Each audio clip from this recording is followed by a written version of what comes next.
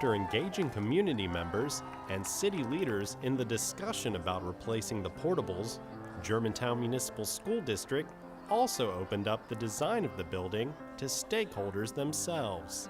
We like to say that we didn't design this building, teachers designed this building, parents designed this building. And this was our first real opportunity as a district where we could design the type of facility that was not just going to provide the status quo, but the facility that was going to move us into the 21st century. As a teacher, I feel like we really worked in some of the things that the rest of the teachers were wanting. I thought it was a great experience working with the community on this project. Not often do you get a chance to have a community that is so pro-education.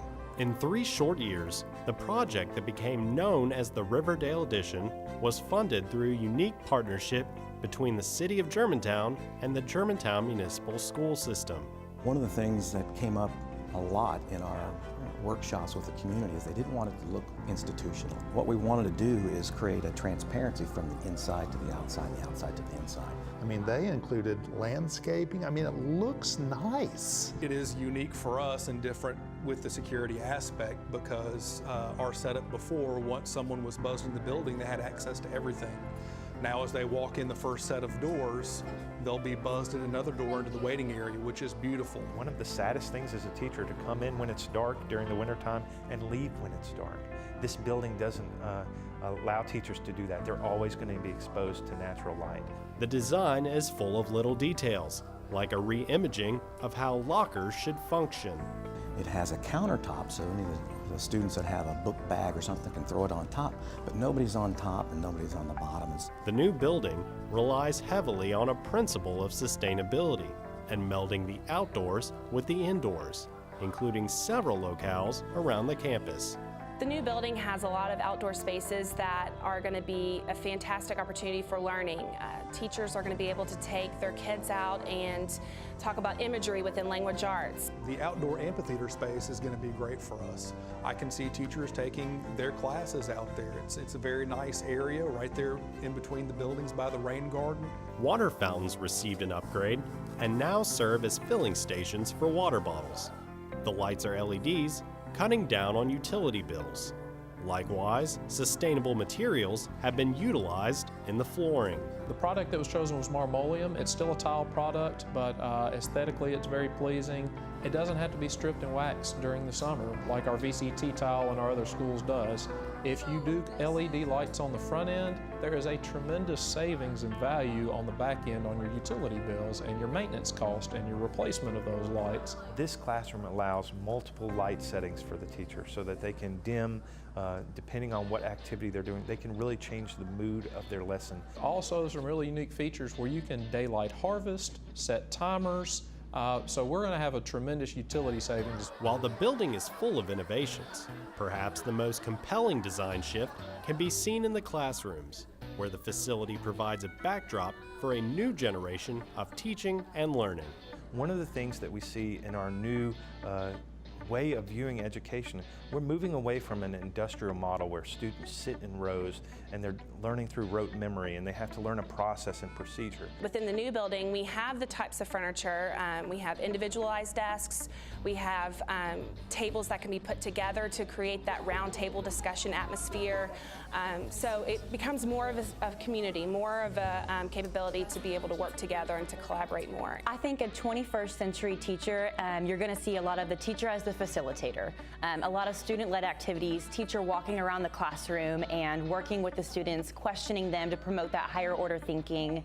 In addition, the seating areas out in the hallway are great as well, that you can take a small group out into the hallway and work out there, and there's even plugs out there and they can plug up their devices if they need to charge out there as well. It's this little bar in the classroom where you can sit, it's away from the other part of the class, and you can sit there with like an iPad or computer, and it's nice to, it's just away from the class, so you can have your own little lesson over there. We have the flat panel televisions with the Apple TV in every classroom, which will be great for the teacher. When they're creating assignments in the classroom on their devices, the teacher can throw that one student's computer screen up on and project it up onto that television. They're going to see improved wireless technology. This is not the traditional teacher's lounge where you'll find the couches that are covered with plastic where teachers can go have their cups of coffee and just rest in between classes.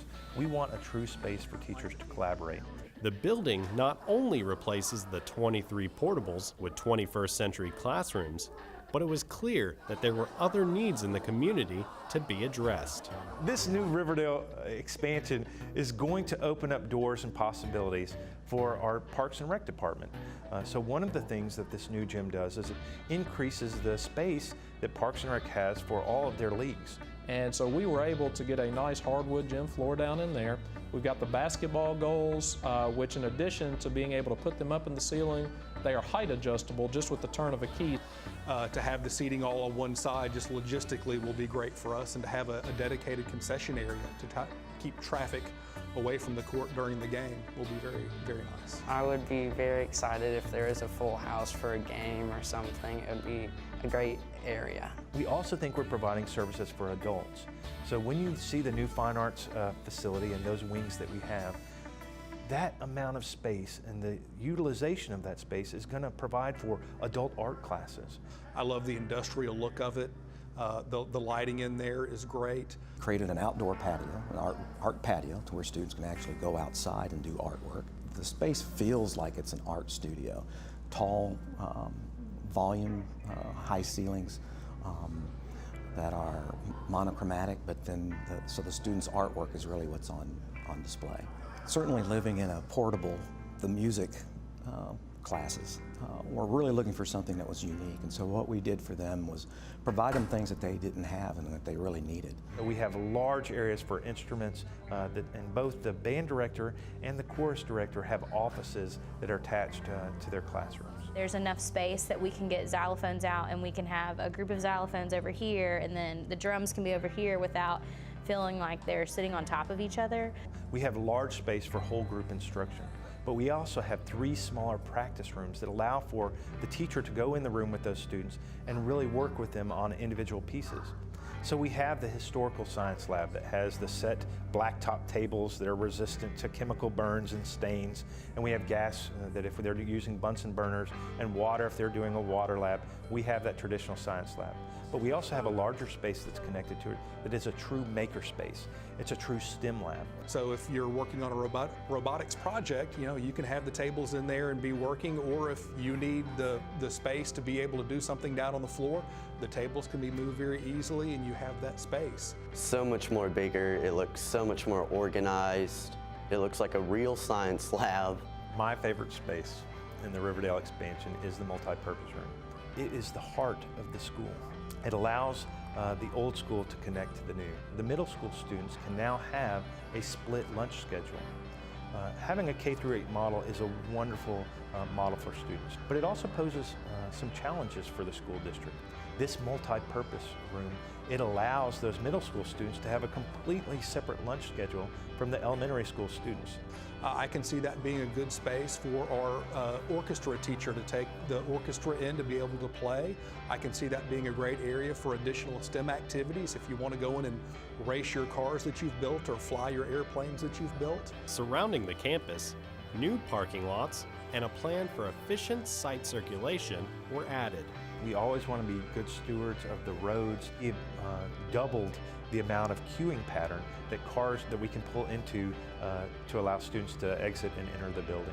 All the light fixtures that are in the parking areas are cutoff fixtures, low LED dispersion, so you have good light quality, but you don't have bleed on the neighbors. We're putting back green space, we're putting back a preschool playground, we're putting back basketball court, so that you have a site that really flows.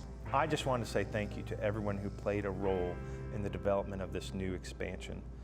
This was a new partnership for how the school district was going to work with our commissions, with our board of mayor and aldermen, with all of our city officials. How are we going to work together to design something special? One word could describe it all: wow. No offense to the old school, but it looks nothing like the old school. It's just all fresh, it's all new, it's all up to date. Historically, with a lot of school buildings, the biggest push was for square footage. We are all building with limited funds. We understand that taxpayers are the ones who are really the ones that are providing this service for us and our students. But we have to think beyond just the box. We have to think beyond square footage.